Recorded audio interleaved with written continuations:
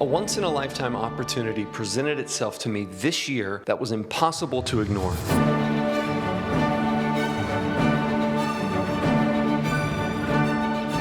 Destiny had called me to make my debut feature film on a cruise ship, and kinda in secret. I built my career working on cruise ships as an actor and a musician, but for the past few years, I've wanted to move back into filmmaking. When we weren't performing, we had lots of free time, so I spent that free time working on a screenplay for what I thought would be my debut feature film, but I wasn't making any progress. But there was one day. This is when everything changed. During our cruise ship contract, we went into repairs. The ship docked in a shipyard, they drained all the water, and they were doing repairs for like 2 weeks. And there was one day during construction that me and one of my coworkers, Trevor Kraft, and he's always coming up with some sort of creative idea. He's super energetic, super engaged. What are we gonna talk about? Probably the company. And he was like, what if we make a short film? And I was like, yeah, I mean, why not? I mean, honestly, I kind of wanted a break from working on my screenplay because I was getting nowhere. And then I had the great idea. I said, well, what if it was a feature? And I knew then, I was like, crap, I have to do it. There have been quite a few movies that have been shot on cruise ships. All these films kind of deal with similar tropes. There's a guest that comes on board that deals with a conflict that's unique to a cruise ship. And we kind of knew that the story that we were making would be similar, but we wanted it to be personal to us and we wanted it to be true to the cruise ship experience. What was going to be unique about our story was that it would be told from the point of view of someone who actually worked on a cruise ship. And since we were both crew members and had access, we would be able to film in places that guests or traditional film crews would never be allowed. And we planned on capitalizing on that.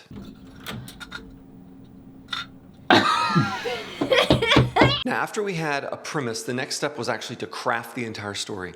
And the biggest creative decision that we made early on was to have it mainly improvised during shooting. And I made sure that every scene had a definite end, or a definite beginning and a definite end, and that if I took out any scene from the script, there'd be a gap that would make the audience confused. So like every scene, at least I think, every scene had a purpose and needed to be there. I didn't intend to shoot a feature film when I came on my cruise ship contract. So we used a combination of this Sony camcorder, an iPhone, a DJI, Osmo, and we just kind of worked with what we had. And the sound was even worse. You know, I didn't have a proper feature film setup. I used a Casey Neistat style shotgun mic on the top of the camcorder and just turned the volume up and trusted that I'd be able to fix it in post. And that's a terrible way to do it. Never do it that way. But again, we had to work with what we had. I was working as an actor and musician in the entertainment department. And knowing that we were going to use people that we were working with, we kind of crafted the characters around the personalities of the people that we'd hoped would play the characters. Because we didn't have time to build characters from scratch. And so, for instance, Nick Voss, he plays the bad guy. So when I was pitching it to Nick, I was like, you know, you're a great guy in person, but this character's a little weird. So let's find the weird parts of you and make like the Wario version of you. Turn it up all the way, put your ego aside, and let's just have fun with it and just be nuts. And looking back, I wouldn't have wanted to do it any other way. Now, the ship didn't know that we were shooting a film at first. We kept it relatively secret. The majority of this film takes place in crew areas that are not risky at all, like cabins, hallways, places that we didn't really have to get permission to do anything. But there were a few scenes that required interdepartmental cooperation, and our stage managers were amazing in that they were able to navigate the politics of the ask on our behalf. We shot all the really safe stuff up front so that if we did happen to get shut down, then all the essential footage would have already been shot and like it wouldn't have mattered, because like I was not going to stop shooting this film no matter who knew, no matter what happened. If I had to shoot the entire film in my bathroom, I would have figured out a way to do it because I was so gung-ho and so determined to get this film done. If I help you, hello? The way that everything was organized, I made this giant spreadsheet, hundreds of rows with all the scenes. And so what I would do each week when I decided what we were going to shoot, I would make a tab for that week's worth of shots, and I would transfer all like the raw data So sort of I knew exactly what scenes we're shooting, which scenes we needed, or which shots we needed within each scene. And then I would storyboard each scene. They were really bad at first, but I started to get better. I started to learn a little bit about how to do perspective, and it was at least legible to me. Start from I got all your luggage. Oh, okay. Yeah. Well, first of all, after all that planning, I kind of had everything in my head. And then most days we would either meet the day before to talk through the beats, or we would meet about an hour before we started shooting.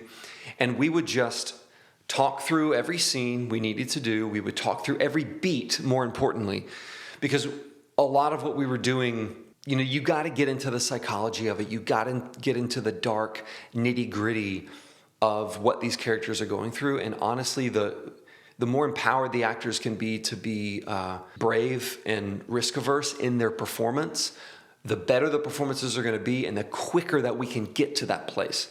So we had really deep conversations, and then we would just let it rip. We got everything done in just under 3 months. We didn't shoot the actors weren't shooting every day, but I was shooting every day. Whether it was me and Trevor, which that was the majority of the film, or it was just me shooting B-roll or capturing some audio or doing something. I was doing something every day. I got tens of millions of dollars in production value because I was shooting on a cruise ship in an environment you could not replicate. Even I think with like a typical Hollywood production, we shot in 3 or 4 different countries. It's easy like a $10 million film that I shot for $100 because of the locations. Because I knew that I wasn't doing another contract. I was never coming back to this ship again. So I knew that I had to make use of every hour and get as much footage as possible because it was the only opportunity. If you're still with me, thank you. This is incredible. And you're probably wondering what's next for the film. And this is all the information that I have about that so far. From now until the end of the year, I'm going to be locked in editing mode. I'm currently working on an assembly cut. This is where I'll discover what the film's really about. I'll get to see what the pacing's like. And then in early 2025, I'm hoping to fly out Trevor Kraft, the star collaborator and co-composer of the film, and for him and I to record the score. We're really excited about the music that we're going to record. We have a lot of great ideas. And then after that, it really is just about finishing the mix, getting some color grading done. And then if all goes to plan, we'll drop a trailer early summer. My goal is to drop a trailer on June 18th, which is my birthday, which would be the 1-year anniversary of the day we started filming. And then do a big marketing push, and we'll have a fall 25 premiere. But there's one thing that I haven't told you about, which is the title. Now, I'm not going to reveal that yet. I got to keep some things secret, but if you have a guess, leave a comment and get that rumor mill started. And regardless, man, thank you to everybody who has subscribed to my channel so far and for following along on this journey. You're going to be the first to know when I have new updates and news, and there are going to be plenty over the next couple months. So yeah, may we be the best that we can be.